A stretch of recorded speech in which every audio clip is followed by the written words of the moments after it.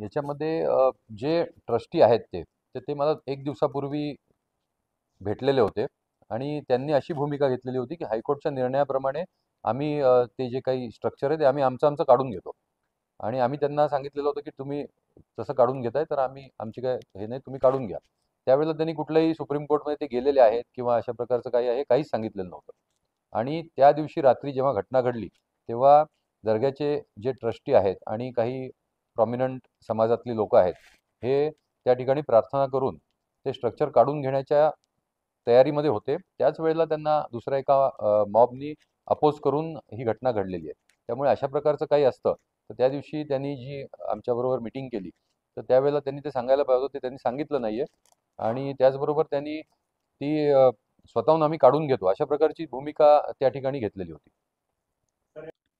आपल्या नाशिकमध्ये किंवा आपल्या समाजामध्ये काही लोकं जे सामान्य नागरिक असतात किंवा जे गरीब लोक असतात तर त्यांची माथी भडकवण्याची कामं त्यांची माथी भडकवून काहीतरी पेटवून द्यायचं आणि स्वतः बाजूला राहायचं अशा प्रकारचे उद्योग करत असतात आणि याच्यामध्ये त्यांना आपण नेहमी त्यांना काउंटर करत असतो.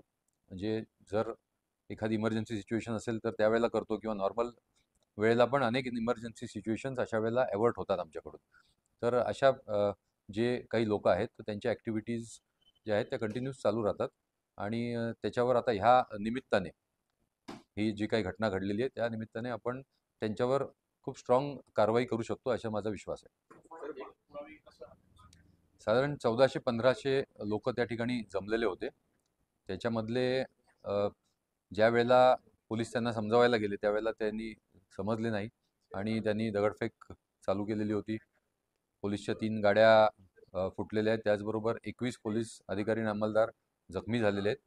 तर याच्यामध्ये ज्या लोकांचा रोल आहे, ते जे लोक त्या ठिकाणी आलेले होते, तर त्या ठिकाणची चौकशी चालू आहे. जे लोक त्या ठिकाणी बघ्याच्या भूमिकेत असतील किंवा जे लोक आजूबाजूला राहणारे असतील, ज्यांचा काही संबंध नाही आहे, तर अशांना टार्गेट न करता जे खरोखर जे दंगेखोर आहेत किंवा खरोखर जे व्हायलन्समध्ये सहभागी होते, अशांवर पोलीस डिपार्टमेंट कारवाई करत आहे. आम्हाला 2-3 दिवसापासून इनपुट्स होते, की काही लोकांची माथी भडकवण्याची कामं करत आहेत आणि त्या दृष्टीने आम्ही आमचा बंदोबस्त प्लॅन केलेला होता.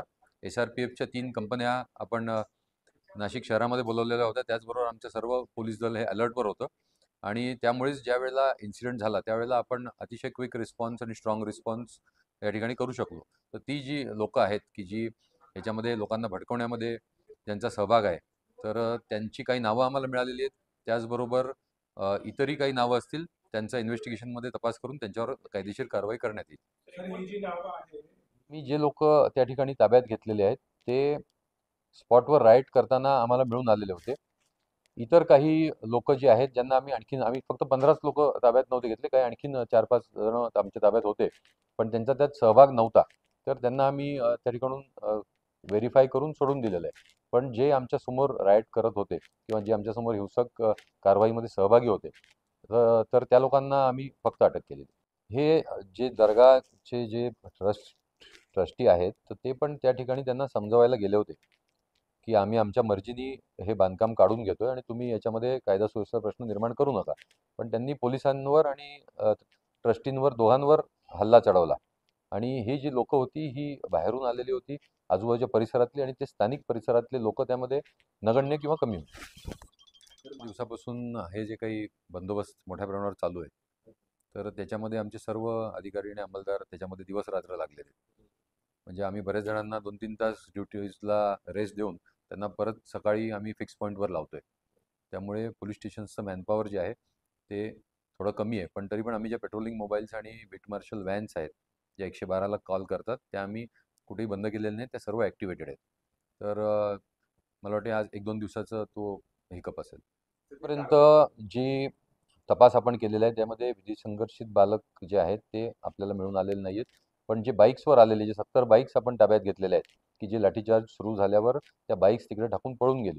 तर त्याच्या बाईक्सवर कोण आलेलं होतं आणि त्यांचे काय वय होती, मग ते सज्ञान होते की विधिसंघर्षित होते, याच्याबद्दल आम्ही तपास करून पुढील कारवाई करतो. ज्या लोकांना आम्ही ताब्यात घेतलेलं आहे त्याच्यामध्ये काही रेकॉर्डवरचे क्रिमिनल्स आहेत. पुढे पण आम्हाला आणखीन बरीचशी जी नावं मिळालेली आहेत, तर तेही रेकॉर्ड त्यांचा क्रिमिनल रेकॉर्ड असलेले क्रिमिनल्स आहेत आणि आज पण आमचे जे काही पोलीस कस्टडी आणि आमचे इंटरोगेशन चालू आहेत त्यातूनही काही नावं फुले आली, त्यांचाही क्रिमिनल रेकॉर्ड आहे.